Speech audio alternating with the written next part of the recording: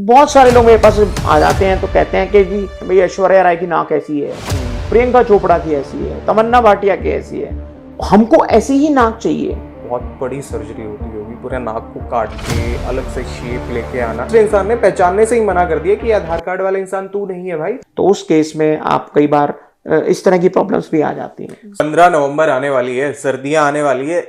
सबसे पहले अपनी नाक को अपने आधार कार्ड से लिंक करवा लीजिए, नहीं तो ये बंद हो जाएगी। ओ भाई क्या जी, गुड मॉर्निंग, नमस्ते, सुप्रभात, सत श्री अकाल। मैं हूं आरजे दीप और अपने इस हेल्थ पॉडकास्ट में आज फिर से आपका वेलकम करता हूं। और आज के इस हेल्थ पॉडकास्ट के मेरे स्पेशल गेस्ट हैं समर्पण हॉस्पिटल से यहाँ के मेन सर्जन डॉक्टर विशाल मोहन गोयल। सर, सबसे पहले स्वागत करता हूं, वेलकम करता हूं आपका। नमस्कार। नमस्कार। अपने सभी श्रोताओं को, दोस्तों को, साथियों को मेरा प्यार भरा, स्नेह भरा नमस्कार। सर, मुझे क्या लगता है, मैं कई बार नोटिस करता हूँ हमारे फेस के अंदर सबसे मेन जरूरी जो चीज है, जो हमारा अट्रैक्शन बनाती है, जो हमारी सुंदरता में चार चांद लगाती है, वो हमारी नोज होती है। बट काफी सारे लोग होते हैं, मैंने देखे हैं, कईयों की नाक तोते की तरह हो जाती है, कईयों की ऊपर होती है।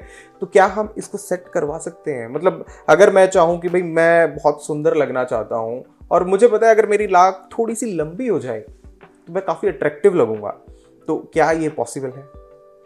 जी बिल्कुल। करंट में राइनोप्लास्टी वो प्रोसीजर है जिसके द्वारा हम अपनी नाक की शेप, साइज, चौड़ाई, लंबाई, स्ट्रक्चर को पूरी तरह से चेंज कर सकते हैं। राइनोप्लास्टी का एक पर्टिकुलर पर्पस होना चाहिए कि वो कॉस्मेटिक राइनोप्लास्टी है या फिर एक फंक्शनल राइनोप्लास्टी है। इसके मायने क्या हैं? कॉस्मेसिस मतलब सुंदर दिखने के लिए। करंट सिनेरियो में 70 to 80% राइनोप्लास्टी यानी नाक की सर्जरी, नाक को सुंदर दिखाने की सर्जरी 70 to 80% फंक्शनल होती है, यानी उनमें कोई ऑब्स्ट्रक्शन होती है, यानी नाक के जो दो भाग होते हैं इनमें अंदर इंटरनली कोई ना कोई ऑब्स्ट्रक्शन है जिससे हमें सांस लेने में तकलीफ हो रही है, चोट के कारण नाक का टेढ़ापन या फिर बहंगापन। नाक का जो स्ट्रक्चरल फ्रेमवर्क होता है वो जब बिगड़ जाता है ना, तो उसको ठीक करने की सर्जरी को राइनोप्लास्टी बोलते हैं, जो कि फंक्शनल होती है। या एक कॉस्मेटिक पार्ट भी होता है जिसमें छोटे मोटे चेंजेस हम लोग राइनोप्लास्टी के करते हैं, कॉस्मेटिक चेंजेस करते हैं और उससे नाक की शेप चेंज हो जाती है, जिससे मेंटली क्लाइंट को, पेशेंट को काफ़ी सेटिस्फैक्शन मिलता है। और फंक्शनल राइनोप्लास्टी में शेप में भी चेंजेस आते हैं और फंक्शन में भी बहुत सिग्निफिकेंट इंप्रूवमेंट आती है, जिससे काफी सेटिस्फैक्शन मिलती है। जी हाँ सर, ये रिहानोप्लास्टी जो है, ये इसको हम सिर्फ एक कॉस्मेटिक सर्जरी बोलेंगे या ब्रीथिंग, कईयों को ब्रीथिंग प्रॉब्लम होती है, जी जी, इसमें भी ये यूजफुल है? जी, आम तौर पे जो कॉस्मेटिक पर्पस से भी हमको सर्जरी के लिए कंसल्ट करते हैं, लेकिन वो करवाना तो कॉस्मेटिकली चाहते हैं, लेकिन वो अपनी डिफॉर्मिटी से इतने सालों से उसके साथ जी रहे होते हैं कि वो उनका उस चीज के बारे में उसका ध्यान ही नहीं जाता है। लेकिन जब हम राइनोप्लास्टी करते हैं तो फंक्शनली भी, यानी नाक में मोशन होता है, वो भी काफ़ी इंप्रूवमेंट होता है, यानी रेस्पिरेशन भी काफ़ी इंप्रूवमेंट आ जाती है और स्ट्रक्चरली और कॉस्मेटिकली दोनों में ही काफ़ी इंप्रूवमेंट आती है, यानी खाली दिखने में नहीं, फंक्शन में भी उसकी काफ़ी इंप्रूवमेंट हो जाती है। सर, जो ये सर्जरी होती है, इसमें बेस्ट कैंडिडेट आप किसको मानते हैं? और इसमें कोई एज लिमिट भी होती है या किसी भी एज में इसको करवाया जा सकता है? जब पूरे फ्रेमवर्क की ग्रोथ हो जाए 18 साल की उम्र से आगे, उसकी हम राइनोप्लास्टी करते हैं। और छोटे बच्चों में प्राय राइनोप्लास्टी को हम मना करते हैं क्योंकि स्ट्रक्चरल फ्रेमवर्क पूरा ग्रो नहीं कर पाता है। तो इसके कैंडिडेट कोई भी हो सकता है और इंटरनल मोटिवेशन खुद को ही लगना चाहिए कि भाई मुझे इस सर्जरी की जरूरत है। कई लोग दूसरों से मोटिवेट हो जाते हैं, भाई ऐश्वर्या राय की नाक ऐसी है, प्रियंका चोपड़ा की ऐसी है, तमन्ना भाटिया की ऐसी है, तो मेरी भी ऐसी होनी चाहिए। बिल्कुल। तो एक्सटर्नल मोटिवेशन फैक्टर्स नहीं होने चाहिए। पेशेंट को क्लैरिटी होनी चाहिए कि उसकी नाक में क्या क्या डिफॉर्मिटीज हैं, क्या क्या प्रॉब्लम्स हैं और उनकी करेक्शन से वो कैसा लगेगा। बहुत सारे लोग मेरे पास आ जाते हैं तो कहते हैं कि जी फोटोज ले आते हैं प्रियंका चोपड़ा की, जी 2 बार राइनोप्लास्टी कराई है, नोज जॉब कराया है, तमन्ना भाटिया ने कराया है, ये सब सेलिब्रिटीज ने जो कराया है, किम कार्दाशियंस ने कराया है, तो हमको ऐसी ही नाक चाहिए। जो फेस का पूरा फ्रेमवर्क है वो आपका और नाक प्रियंका चोपड़ा की ये सही नहीं है। तो मोटिवेशन लेवल आपके इंटरनल होने चाहिए, एक्सपेक्टेशन आपकी प्रैक्टिकल होनी चाहिए, तो उसी से ही बाद में लॉन्ग टर्म में राइनोप्लास्टी में आपको अच्छे रिजल्ट्स मिलते हैं और आपको एक इंटरनल सेटिस्फैक्शन मिलती है। यस सर, जैसे हम बात कर रहे हैं, अब मुझे और जितने भी लोग हमें देख पा रहे हैं, शायद उनके दिमाग में ये क्वेश्चन क्लिक करा होगा कि बहुत बड़ी सर्जरी होती होगी, पूरे नाक को काट के अलग से शेप लेके आना। तो मैं पूछना चाह रहा हूँ कि इस सर्जरी के बाद रिकवरी टाइम कितना होता है? क्या बहुत लंबा प्रोसीजर है ये? जी बिल्कुल, ये एक सर्जिकल प्रोसीजर है, होती इसमें सर्जरी ही है, लेकिन कोई कट लंबे चौड़े बड़े नहीं लगते हैं। बहुत ही छोटा सा एक यहाँ पर नाक के निम्न भाग में कट लगता है, जिससे हम पूरे नोज को डीग्लव कर लेते हैं और आराम से उसका एक सर्जिकल प्रोसीजर हम लोग कर लेते हैं। तो बाहरी तौर पे कोई पता भी नहीं लगता किसी को कि कोई सर्जरी भी हुई है और हम इसको हम कर लेते हैं। लेकिन इसमें 2 दिन तक हम नेजल पैकिंग रखते हैं, तो 48 घंटे में उसको निकाल लेते हैं तो नाक से ब्रीथ कर पाता है। प्लस हम एक नाक पे स्प्लिंट रखते हैं फॉर 7 to 10 डेज, उसके बाद वो भी हटा देते हैं तो बिल्कुल फ्री हो जाता है। लेकिन नाक एक बड़ा ही वैस्कुलर स्ट्रक्चर है और इसके कारण इसके अंदर स्वेलिंग रह जाती है, तो स्वेलिंग को डाई डाउन करने में अप्रॉक्सीमेटली 6 हफ्ते से 6 महीने का समय लगता है, depending upon the skin type of the candidate. कुछ लोग पतले दुबले होते हैं, फीमेल्स होती हैं, उनमें स्वेलिंग जल्दी डाई डाउन कर जाती है। कुछ लोगों की स्किन काफ़ी मोटी होती है, सिबेशियस होती है, थिक होती है, उनमें ये प्रक्रिया 6 महीने का समय ले लेती है।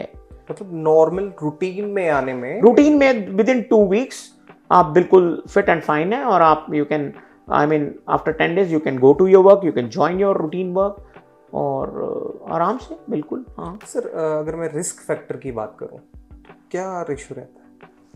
प्राय एक्सपीरियंस सर्जन बेहतरीन इंफ्रास्ट्रक्चर से राइनोप्लास्टी कराने में आपको कोई कॉम्प्लिकेशन नहीं होती है।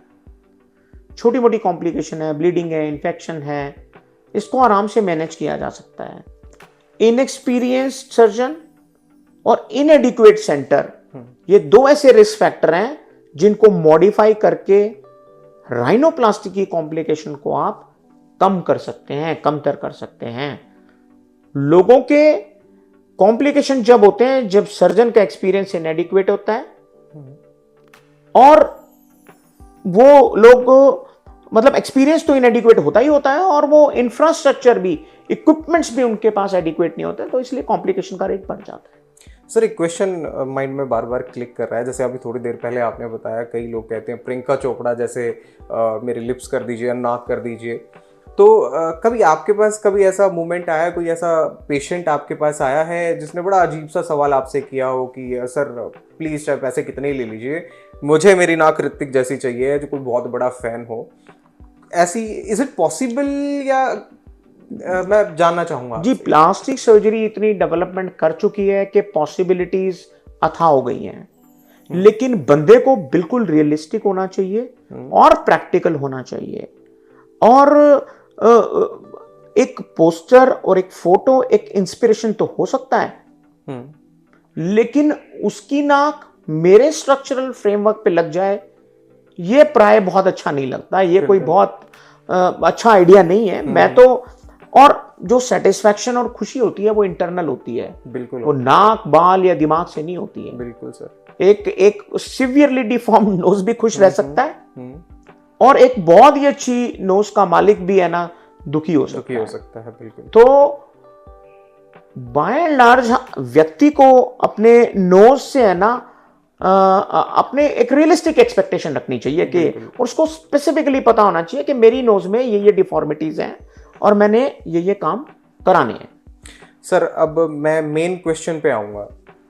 मोस्टली सबसे पहले किसी भी सर्जरी या कोई भी ऑपरेशन कराने से पहले कॉस्टिंग के बारे में लोग सोचते हैं जी। तो अगर मैं इंडिया में राइनोप्लास्टी कॉस्टिंग के बारे में आपसे बात करना चाहूँ तो इसकी कॉस्टिंग अप्रॉक्सीमेटली कहाँ तक जाती है? बिल्कुल, राइनोप्लास्टी एक ऐसा प्रोसीजर है जिसके अंदर फिक्स कॉस्ट नहीं होती। ये कॉस्ट 40,000 रुपए से लेकर 1.5 लाख रुपए तक वेरी करती है। फैक्टर्स क्या होते हैं कि क्या डिफॉर्मिटीज हैं, क्या क्या वो ठीक कराना चाहता है, सर्जन का एक्सपीरियंस कितना है, और इसके अलावा सेंटर में क्या क्या फैसिलिटीज मौजूद हैं, और इसके अलावा भी छोटे मोटे कई फैक्टर्स होते हैं जिसके ऊपर ये निर्भर करता है। बाय एंड लार्ज 60-70 हजार रुपए से लेकर 1.5 लाख रुपए तक के बीच में एक अच्छे राइनोप्लास्टी प्रोसीजर्स को आप अंजाम दे सकते हैं। मतलब कहने का मतलब है पॉकेट फ्रेंडली भी है ये सर्जरी। जी जी बिल्कुल। बहुत सारे लोगों के माइंड में ये क्वेश्चन जरूर होगा कि सर सर्जरी करवाने के बाद क्या उनकी नोज नेचुरल लगेगी या अननेचुरल होगी? ये मिथ है या ये रियलिटी में कुछ ऐसा दूसरे को पता लग जाता है कि ये सर्जरी करवा रखी है या क्या? बाय एंड लार्ज जो लोग आपको रोज देखते हैं वो तो आसानी से बता पाएंगे कि यार ये राइनोप्लास्टी सर्जरी कराई हुई है, लेकिन जो तो बहुत कम मिलते हैं, बहुत सालों में मिलते हैं, या नए लोग जो मिलेंगे वो तो आपको एक नए फ्रेमवर्क के साथ ही देखेंगे, तो वो उनको तो बिल्कुल ही पता नहीं चलता कि राइनोप्लास्टी हुई है। यस, कई बार मेरे केसेस में जिनकी बहुत ही डिफॉर्म नोज थी, चोटिल होने के कारण पूरा फ्रेमवर्क ही बैठ गया था नोज का, तो उन केसेस में जब हमने राइनोप्लास्टी करी, ऑगमेंटेशन करी, नाक को उठा लिया, शेप को, साइज को अच्छे से, मतलब राइनोप्लास्टी के रिजल्ट्स के बाद कई बार पासपोर्ट में भी प्रॉब्लम आ सकती है, यानी आपका चेहरा काफ़ी बदल जाता है, तो उस केस में आप कई बार इस तरह की प्रॉब्लम्स भी आ जाती हैं। सर आप मेरे मन का क्वेश्चन पकड़ गए हैं। क्या कभी ऐसी पॉसिबिलिटीज होती है कि किसी ने राइनोप्लास्टी करवाई और उसने आधार कार्ड में अपना जो पहले का फोटो है उसको पहचानने से ही, दूसरे इंसान ने पहचानने से ही मना कर दिया कि आधार कार्ड वाला इंसान तू नहीं है भाई, तू अलग है? मेरे पुराने एक्सपीरियंसेस के अंदर खाली राइनोप्लास्टी में ये मैंने नहीं देखा, लेकिन मेरे एक ऑस्ट्रेलिया से पेशेंट थे, ओवरसीज पेशेंट थे, वो इंडियन ओरिजिन के ही हैं और वो वहाँ सेटल हो गए हैं, तो वो आए राइनोप्लास्टी कराने थे, तो हमने उनका राइनोप्लास्टी कर दिया। तो वो अपना स्टे एंजॉय कर रहे थे, तो 10 दिन बाद उन्होंने कहा कि डॉक्टर साहब हेयर ट्रांसप्लांट भी है, मुझे कराना है आपसे, तो हमने उनका हेयर ट्रांसप्लांट भी कर दिया, और फिर बोटॉक्स एंड फिलर्स यानी फुल फेस की रिजुविनेशन उन्होंने हमसे ली। तो उनको वापस जाते वक्त पासपोर्ट में थोड़ा परेशानी का सामना करना पड़ा, उनको एडिशनल प्रूफ्स अपने देने पड़े कि यस, तो वो एक बार छोटा सा कई बार प्रॉब्लम्स हो जाता है, लेकिन we usually tender a certificate के yes this cosmetic procedures has been done by me on him, so that solves the problem actually. Thanks a lot sir अपना प्रीशियस टाइम मुझे देने के लिए। I know that you are very very busy और इस busy schedule से आप time निकाल के मेरे पास आए। Sir thank you so much. Thank you Deep. हमारा मेन आइडिया इस पॉडकास्ट का यही है कि जो भ्रांतियां राइनोप्लास्टी के बारे में फैली हुई हैं, जो प्रॉब्लम्स, डिफिकल्टीज जो लोगों को समझने में आ रही हैं, उनके बारे में, उन मिथ्स को हम क्लियर करें, फैक्ट्स को हम आगे रखें।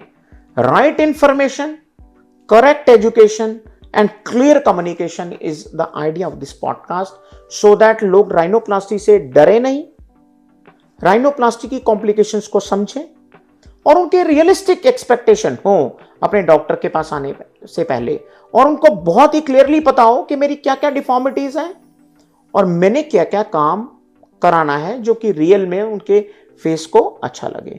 थैंक यू, धन्यवाद Deep, thank you so much. Thank you so much sir.